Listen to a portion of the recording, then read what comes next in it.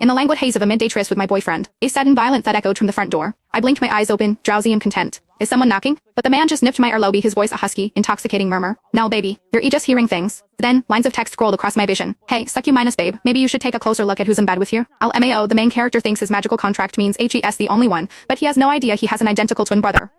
A brotherly buffet, no more starving for our girl. Chef's eating good now. Before I could even process it, a furious, trembling roar came from outside the bedroom. Damien, you son of a bitch, get the hell out here. I was a little succubus Rick had picked up off the street, and because it supposedly bullied Stacy, he hadn't fed me in 2 weeks. I didn't bully her, I insisted, my voice stubborn. I just asked her to stop calling you in the middle of the night. I never get to eat my fill. The man's eyes lifted, cold as a winter sky. And you think you're in the right? He glanced at the text on his phone from Stacy, the one where she dramatically declared she was cutting all ties with him, and his tone grew even sharper. You've been with me this long and you haven't learned a thing, except how to weaponize money to humiliate people. I was trying to humiliate her, I said. His gaze was a blade, but I held my ground. If she thinks money is humiliating, that's her problem. I happen to think money is the best thing in the world. Besides, it was clearly her fault. My feeding time was strictly once a week on Sunday nights. For an SSS-rank succubus, that was barely enough to survive, and she was constantly interrupting it with her calls. Every time he answered, she was either being harassed by thugs at a restaurant or too drunk to get home. Patrick would leave in a heartbeat, leaving me half-minus starved every single time. So I sought her out privately. I offered her some cash and asked if she could please call at a different time. She reacted as if it spat in her face. She gritted her teeth, stomped on the bills with her heel, and enunciated every word with venom. Miss, you can rest assured I have absolutely no interest in your boyfriend. I wouldn't touch a high-mass and mighty rich boy like him with a 10-foot pole. I rejected him more than 10 times before you even met. He was the one who said we could be friends. I had no idea you'd be so insecure about it. Her eyes were rimmed with red as she sneered, honestly, you're acting like I did something shameful. Please do me a favor and tell him I will never ask him for help again. Wouldn't want to be mistaken for a homewrecker. With that, she turned and stalked away, her back ramrod straight, a perfect picture of wounded pride. The kind of defiant posture that awakens a man's desire to conquer. I mulled over her words and came to one happy conclusion: she wouldn't be interrupting my meals anymore. But my happiness was short-lived. The story got back to Patrick, and for the first time, the man who was always so calm and elegant was furious with me. He was convinced I had bullied Stacy and was refusing to admit it. She's a proud person, he said, his voice tight with anger. For her to even ask for help is a huge deal. And you just destroyed the last shred of dignity she had. My own eyes welled with tears, but I repeated stubbornly, but it was my fault. I had always been obedient, but on this I wouldn't back down. After a few more rounds of this, his patience snapped. It seems you won't understand your place until you're taught a lesson. He loosened his tie and rose to his feet. The manor on South Hill is sitting empty. It'll be the perfect place for you to reflect on your actions, he said, his voice void of emotion. And until you learn to behave, you can starve. Who else do you think is going to feed you if you leave me? I met the warning in his dark eyes and fought back tears. Fine, starve me. I don't want you to feed me anyway. I'm an SSS-rank succubus. I can have any man I want. He just scoffed, unimpressed. No one knew better than him what our magical contract meant. A stubborn fire burned in my chest. I held out for 3 days and then another 3. I was so hungry I was dizzy, my legs threatening to buckle, but I refused to call him. The best way to tame your prey is to corner it, wait for it to exhaust itself, and then appears its savior. Patrick had always been a patient hunter. The summer was a sweltering, humid affair punctuated by violent thunderstorms. On my 10th day locked in the manor, a storm broke. The wind howled and lightning tore across the sky. I curled into a tight ball on the sofa, burying my face in my knees, my body weak with fatigue. My tear-filled eyes kept darting toward the floor to ceiling windows. If Patrick showed up now, I thought I could bring myself to forgive him. Just a little.